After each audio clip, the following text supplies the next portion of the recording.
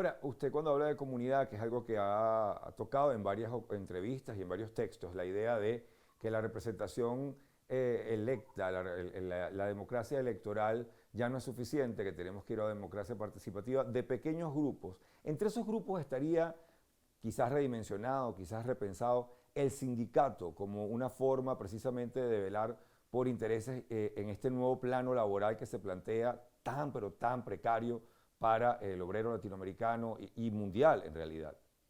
Bueno, el sindicalismo yo creo que jugó un papel importantísimo en el siglo XX para nivelar las injusticias sociales. Desgraciadamente en algunos países, por ejemplo en México, el sindicalismo empezó a operar en función de intereses del gobierno, es decir, se compraba a los líderes traicionaban a la base y entonces simple y sencillamente el sindicalismo estaba al servicio del propio sistema que los explotaba. Yo creo que debemos ir encontrando fórmulas mixtas porque todos estamos implicados en esto.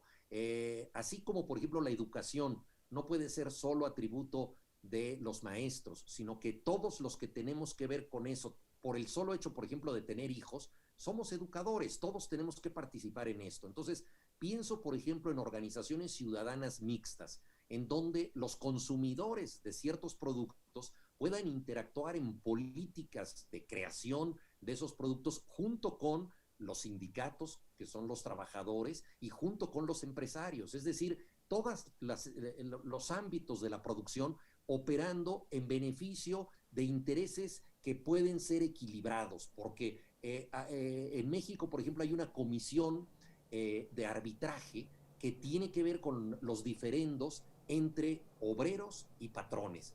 Y en medio queda muchas veces la sociedad que requiere de esos bienes de consumo, que participa activamente, que puede además elevar los niveles de calidad de los productos, etcétera, y que nunca es consultada. Hay, por otra parte, una procuraduría del consumidor, es decir, ahí es donde nosotros los ciudadanos como consumidores nos quejamos. Yo creo que si vamos diseñando procesos sociales complejos, complejos en un sentido de que participen muchas gentes, pero no lo son tanto desde el punto de vista operativo, yo creo que incorporando a estos factores se puede lograr algo muy positivo, pensar que cualquier actividad no involucra solo a una parte de la sociedad, sino pensar más en este sentido comunitario. Pienso también la necesaria participación hoy en día de ecologistas o de gente especializada en esto prácticamente en cualquier diferendo que tenga que ver con la economía, porque estamos destruyendo el planeta y es muy importante también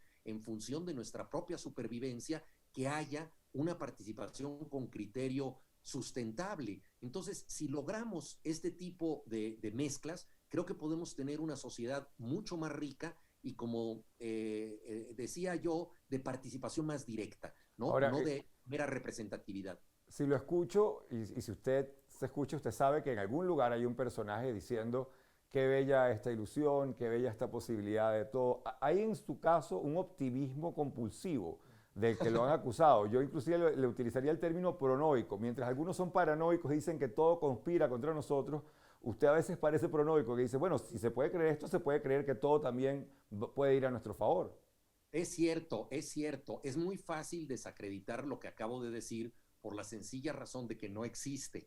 Y hay que pensar que la mayoría de las cosas que no existieron comenzaron como una ilusión, comenzaron como una idea. Yo creo que las utopías nunca son alcanzables y creo que en cierta forma el pensamiento utópico hizo algún daño al tratar de proponer transformaciones tan radicales del mundo que dio lugar a fórmulas aberrantes, ¿no? Es decir, la idea de un comunismo que iba a ser una aurora igualitaria de todos los hombres y que, bueno, derivó en el socialismo realmente existente, dictaduras, etcétera. Y así sucesivamente. Entonces, yo creo que, digamos, el amor libre indiscriminado que luego se encuentra con la pandemia del SIDA y el regreso a la naturaleza también indiscriminado y que provoca el ecocidio, etcétera. Yo creo que la utopía como tal es intangible y quizá innecesaria, pero la pulsión utópica, el impulso para llegar ahí, me parece fundamental. Entonces creo que no debemos nosotros de poner la esperanza. Ernst Bloch, el gran politólogo, escribió este libro que se llama El Principio Esperanza después de la Segunda Guerra Mundial, cuando no parecía haber ninguna posibilidad de una construcción de alternativas. Él dijo, precisamente porque parece no haber alternativas, tratemos de construirla. Y él pensó algo que me parece que sigue siendo perfectamente válido. La esperanza no es un dato de la realidad, es una construcción voluntaria.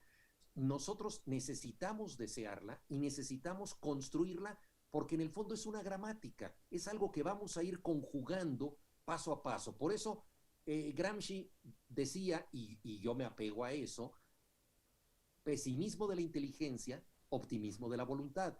Estoy de acuerdo en que hay que ser todo lo crítico que sea necesario para los diagnósticos de la realidad, ¿no? Entonces ahí el pesimismo de la inteligencia es importante, pero la transformación de la realidad tiene que partir de algo que es optimista. Ahora, no podemos nosotros vivir sin una voluntad de que las cosas pueden suceder de manera mejor, y nuestra propia vida está hecha de situaciones de optimismo crónico. Hace poco le escuché oír a Fernando Savater que ser maestro es en sí mismo un caso de optimismo radical, porque es alguien que presupone que puede enseñarle algo a los demás, que presupone que los demás pueden aprender, que el conocimiento se transmite. Él no tiene derecho a no ser optimista, si no, no puede ni siquiera entrar al salón de clase. Y lo mismo, un juez que pretende que se cumpla la justicia tiene que tener un optimismo, y así sucesivamente. Los médicos que están luchando hoy contra la pandemia y que están improvisando algún tipo de recurso, de remedio, tienen que tener esta voluntad de que las cosas eventualmente mejoren. Entonces, yo creo que esto efectivamente es fácil descartar la voluntad de cambio, pero creo que sin ella nos quedaríamos en un mundo de enorme conformismo. Y creo que muchas veces este racionalismo que trata de deponer cualquier cosa que aluda a lo que no existe, porque lo considera romántico, ilusorio y utópico, yo creo que en realidad revela una haraganería del pensamiento. Desde que empezó la filosofía con Platón y hasta llegar a filósofos contemporáneos como Giorgio Agamben, la filosofía ha propuesto otros mundos. Ese es su trabajo, imaginar lo que aún no sucede.